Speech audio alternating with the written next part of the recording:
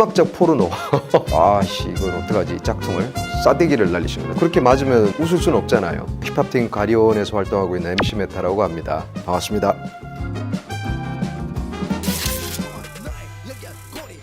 1세대 래퍼라고 불러주셔서 감사하죠. 지금도 그렇게 불러주신다는 거에 대한 건 감사한 거죠, 당연히. 네, 이런 거 안 해봤는데 이렇게 그렸습니다. 탄생은 플러스 100점. 제가 선택해서 태어난 건 당연히 아닌데 태어나 보니까 잘 태어난 것 같다 라는 생각에 맨 위에다가 찍었고요. 그리고 뚝 떨어져요, 계속. 어릴 때 저는 굉장히 내성적이고 사교적이지 못했어요. 삼남의 장남이었고 본보기가 돼야 됐고, 그러다 보니까 밖으로 이렇게 분출하고 싶은 것들을 계속 참으면서 어린 시절을 보냈던 것 같아요. 그러다 보니까 이렇게 점점 다운되다가 고등학교 2학년 18살 때 음악을 만났죠. 이때 제가 봄소풍을 갔나? 저희 반의 어떤 친구가 통기타를 치는데 여학생들이 모여들더라고요. 그래서 저거다, 우리가 여자를 만날 수 있는 유일한 방법은 통기타다 해서 그때부터 이제 기타를 잡기 시작했죠. 진짜 막 손가락 너무 아팠는데 C코드를 잡고 스트로크를 했을 때 소리가 빵 날 때 저는 좀 과장해서 표현하면 눈앞에서 우주가 보였어요, 이렇게.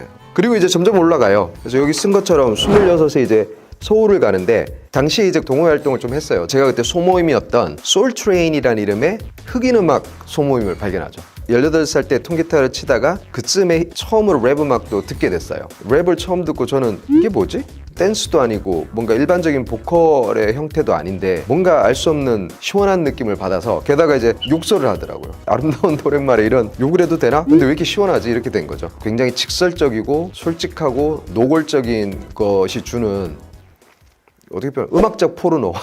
네. 거기서 엄청난 매력을 느껴서 힙합이다, 우리끼리 한번 만들어보자, 흉내내기를 하자 라고 시작한 게 동호회 창작곡이었어요. 97년에 저희가 자체적으로 첫 앨범을 내요. 그리고 그때 그 앨범을 내고 뭔가 쇼케이스 같은 걸 파티를 하자 해서 찾아다니다가 희한한 이름의 공연장을 저희 회원 중에 한 명이 찾은 거예요. 예약을 해놓고 공연을 했는데 엄청 많이 왔어요. 그때 이제 30명 50명 들어가는 사이즈예요. 근데 거기 한 100여 명이 오니까 사장님이 놀라신 거죠. 그래서 이거 우리 가게 열고 이렇게 사람 많이 온 적 처음이다, 한 번 더 하자, 파티를 제대로 매주 공연하면서 클럽밥을 먹으면서 함께 갈 수 있는 뮤지션을 조금 정리를 해서 나오면 좋겠다 해서 이제 저희가 알겠다 하고는 빠르게 정리했죠. 그때 제가 동호회에 들어와서 좀 이렇게 활동을 하려고 하는 친구 한 명을 제가 픽을 해요. 지금 저희 멤버인 나찰이었던 거죠. 첫 번째 팀으로 가리온이 나와서 공연을 시작했죠. 그래서 그게 여기 있다시피 28 가리온 데뷔 시점이 더 상승 곡선을 그렸던 시기였어요. 그러다가 마침 이제 저희를 눈여겨봤던 분이 또 좋은 기회를 주셔가지고 알레스 뮤직과 계약을 하게 되고, 제 나이 34살 때 드디어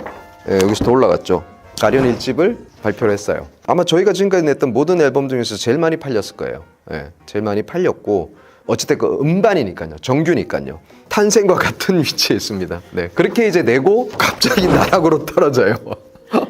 앞서 이제 가리온 1집을 2004년에 내고 저희 프로듀서랑 헤어지게 되면서 저희가 활동을 하기 힘들게 되고, 또 회사에서도 뭐 상황 자체가 그렇게 됐으니까 멤버가 이제 빠져나가게 되고, 저희는 이제부터 어떻게 더 나갈까 하던 순간에 그냥 빡 중단되고, 저한테 갑자기 그 전까지 잊으려고 애썼던 것들이 갑자기 확 다가오죠. 현실이라는 게.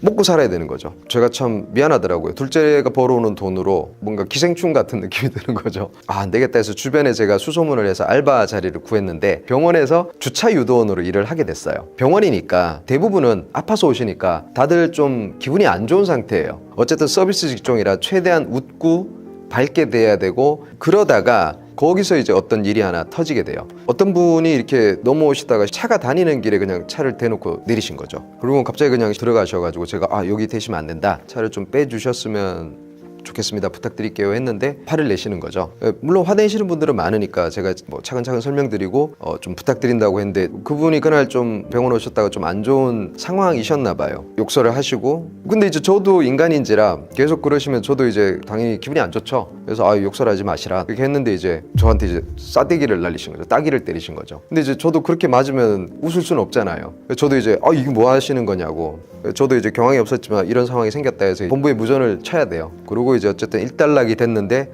그때 참 기분이 정말 이상하더라고요. 그러니까 뭔가 억울하기도 하고, 저희끼리는 그런 얘기 가끔 했거든요. 유도원들끼리 이제 아마 우리가 병원에서는 제일 밑바닥일 거다, 폭행을 당하면서까지 그런 취급을 받을 이유는 없잖아요.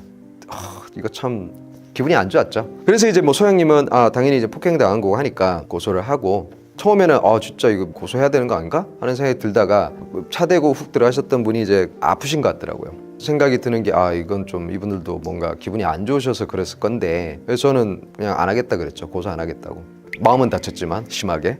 그래서 딱히 그분들 사과도 안 했지만 그냥 넘어갔어요. 그러고 이제 집에 와서 있는데 정말 이상한 감정이었어요. 막 짬뽕이 돼서 뒤섞여가지고 고독감도 될 수 있고 외로움도 될 수 있고 쓸쓸함, 슬픔, 분노. 당연히 동생들한테 얘기 못하죠. 그래서 아무 말을 할 데가 없는 거죠. 어디다가 속으로만 이제 서서히 녹여내는, 만년설 녹듯이 녹여내는, 그때가 제가 제일 좀 힘들었던 것 같아요. 네. 이 힘든 시기에서 갑자기 확 꺾여서 또 올라가요. 주차 유돈으로 이제 주임까지 달고 열심히 일을 하고 있던 시기에 연락이 옵니다. 연락이 와서 언제까지 그 일을 할 것이냐, 가련 2집으로 컴백을 하자 해서 제작을 이제 하자는 분의 연락이 온 거죠. 이제 때가 왔구나. 바로 얘기를 했어요. 제가 일하던 회사에. 그 회사 소장님이 얘기하셨던 게 기억나는 게, 일을 잘하니까 더 위로 직위를 올려서 발령을 하려고 했다. 당연히 그럼 연봉도 올라갈 거고, 진짜 손톱만큼도 미련이 없었어요. 그동안 감사했고 잊지 않겠습니다 하고 그냥 뒤도 안 돌아보고 갔어요. 나차를 만나죠. 가리온으로 다시 두 번째 앨범을 할 건데, 나는 너랑 같이 가리온으로 활동을 하고 싶지만 너는 어떻게 생각하냐. 그때 저희가 이제 치맥을 했는데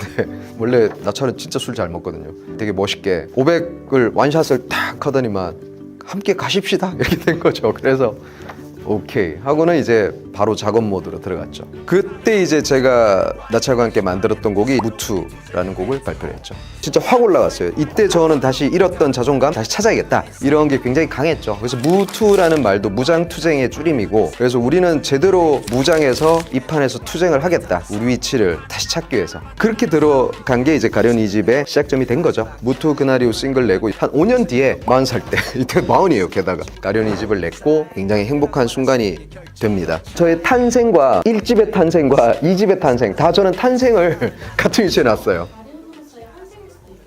환생. 네, 그쵸? 환생이면 제가 간 거네요. 한 번은 갔죠. 여기서는 한번 갔죠. 지옥으로 갔죠. 조금 더 지나서 양심상 조금 더 위에다 찍었는데 42에 결혼을 하게 됐죠. 네. 탄생보다 조금 더 위로 올려놨어요. 그래야 하거든요. 네. 그리고 저는 더 이제 이때부터 사실 떨어지는 일이 없어요. 더 안정적인 상황이 되고, 2010 몇 년이었지? 결혼하고 얼마 안 됐으니까 2013, 14년쯤인가요? 제가 앞서 말씀드린 것처럼 마스터플랜에서 프리스타일 할 때 항상 입에 붙어있는 단어 중에 하나가 이제 연결고리였어요. 너와 나의 소리, 이건 우리의 연결고리, 이런 거를 입에 붙어있는 것들이 그냥 자동으로 이제 공간을 메꾸는 식으로 튀어나올 때가 있단 말이죠. 근데 그걸 덕화역과 같은 훌륭한 프로듀서가 잘 캐치를 해놨다가 덕화역과 도끼가 일리네어 레코드라는 레이블을 이제 출발을 하고 첫 컴필레이션 앨범을 낼 때 연결고리에 이제 훅을 맡아달라, 그때 제안을 했고, 근데 저는 이제 처음에 벌스도 쓰고 싶어가지고 벌스도 썼는데 벌스는 까이고 훅 맡아달라 했잖아요. 알았어. 그래서 이제 훅만 녹음을 했죠.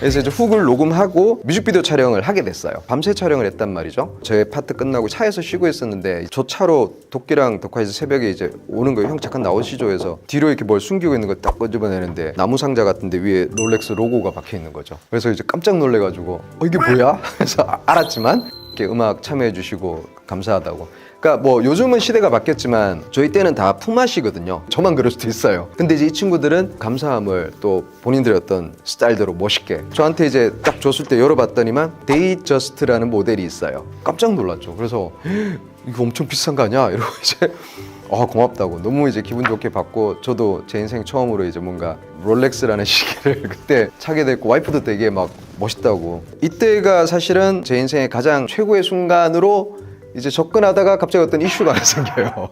한 3개월 더 찼나? 시계가 안 가는 거예요, 갑자기. 이거 되게 좋은 시계인데 왜 안 가지? 해서는 정식 서비스 센터가 있더라고요. 접수를 하고 갖고 들어가시더니만 시계를 다시 돌려주면서 톡톡 이렇게 이것과 어떤 파트 이름을 얘기하면서 이거는 저희 제품이 아닙니다 이러는 거예요. 이게 무슨 말이지? 가짜라는 거예요. 근데 그렇게는 표현 안 하더라고요. 근데 갑자기 막 그때 엄청 창피한 거예요. 마치 제가 짝퉁을 가져와서는 이거 고쳐주셔 이러는 모렴치한 사람처럼 느껴져가지고, 그래서 예 알겠습니다 하고 막 도망치듯이 나왔어요. 그리고 가면서 속으로는 뭐야 이놈들 왜 나한테 생각지도 못한 상황을 만드는 거야. 이게 짭이었어? 이렇게 된 거죠. 그래서 이걸 어떡하지 이 짝퉁을. 그냥 고쳐서 시계만 맞게 해놓고 그냥 차고 다니자 하고는 광장시장 쪽에 시계골목이라고 있더라고요. 거기 가면은 뭐가 됐건 다 잘 고치는 장인분들 계시다 그래서 거길 갔어요. 막 시계 툭 던지듯이 아 이거 뭐 짭인데 이거 그냥 좀 시계 가게만 해주세요 이랬더니 막 이렇게 바로 이렇게 해체를 막 하시더니 막 짭 아닌데 이러는 거예요. 그래서 제가 갑자기 네? 아 저 서비스센터 가서 했더니만 이거 짭이라 그러던데 했더니만 아니야 이거 안에 지금 뜯으면 여기 시리얼 번호인가 뭐가 있대요. 짭 아니에요 이러는 거예요. 이게 무슨 상황이지 해서 근데 이게 왜 그러면은 그쪽에서는 안 받아주냐 했더니만 옛날 롤렉스 중에 국내에 이제 정식 딜러샵이 없을 때 백화점에서 이제 사온 것들을 자체적으로 얘네들을 업그레이드 해주는 거예요. 낮은 가격대의 모델인데 뜯어서 다이아를 박는다든가 변경을 해서 상위 모델 가격처럼 이제 그걸 애프터 세팅이라고 하더라고요. 그러니까 제가 받은 게 이제 그건 거죠. 그 사실을 알고는 아 그렇구나 이게 애프터 세팅이지 짭은 아니고 하고 약간 편안해진 상황이 됐지만 갑자기 그때부터 제가 아이 근데 이거는 오리지널은 아니구나 하고는 뭔가 욕망이 하나 생긴 거죠. 아 찐을 갖고 싶다 이게 생긴 거죠. 근데 이제 저도 뭐 가정이 있고 잘 벌고 이런 플렉스하고 이런 사람 래퍼도 아닌데 제가 이제 막 자꾸 들여다보는 걸 이제 와이프가 옆에서 본 거죠. 그래서 한심하다는 듯이 혀를 차고 아 그럴 거면 사 그냥 뭐 맨날 이렇게 쳐다보고 그러지 말고 했는데 그런가? 그래가지고는 그때부터 그러면 사겠다 해서는 애프터 세팅 선물 받은 모델을 팔려고 해요. 그래서 처음에 수리했던 데 전화를 해서 제가 이 모델이 있는데 얼마예요? 했더니만 그때 뭐 200, 300 정도에 매입을 할 수 있다. 오씨 2, 300이나 하네? 이 생각했죠. 좀 시기가 지났는데 빈티지 와치들이 갑자기 인기를 끄는 거예요. 갑자기 인기를 끌면서 가격이 올라가서 다시 같은 가게에 전화해서 제가 이 모델인데 얼마 했더니만 4, 500 정도 된다고. 그래서 이때다 해서 바로 제가 그럼 팔게요 해서 가서는 팔아요. 그래서 그걸로 목돈을 만들고 바로 가서 그걸 했죠. 내돈내산으로 롤렉스를 사고 특히나 앞서 주차 유도원 시절 때는 막 싸대기 맞고 그런 건 꿈도 못 꾸던 진짜 약간 바닥에 있던 시절이었다면은 나름의 이제 그런 걸 스스로가 해냈다? 사봤다? 이전에 느낄 수 없었던 약간 미묘하면서도 충족감 같은 게 좀 느껴졌죠. 오늘 차고 왔어요. 이 시계죠. 네. 이 모델입니다. 네. 잘 차고 있어요. 네, 잘 가고 저는 뭐 시작과 끝이 똑같습니다. 제가 MC 래퍼로 시작을 했고 그리고 제가 갖고 있는 꿈이 세계 최고의 래퍼. 전제는 한국어. 이 양반은 한국어로는 최고였지 로 기억되면은 저는 더할 나위 없이 행복할 것 같아요. 네. 이건 아마 당시에 저희 어떤 감정 상태 같은데 다 죽여버리겠어 뭐 이런. 왜냐면 여기도 보면 이렇게 막 칼든 악마가 있고 가리온이라고 써놨네요. 유치하다. 아유 진짜.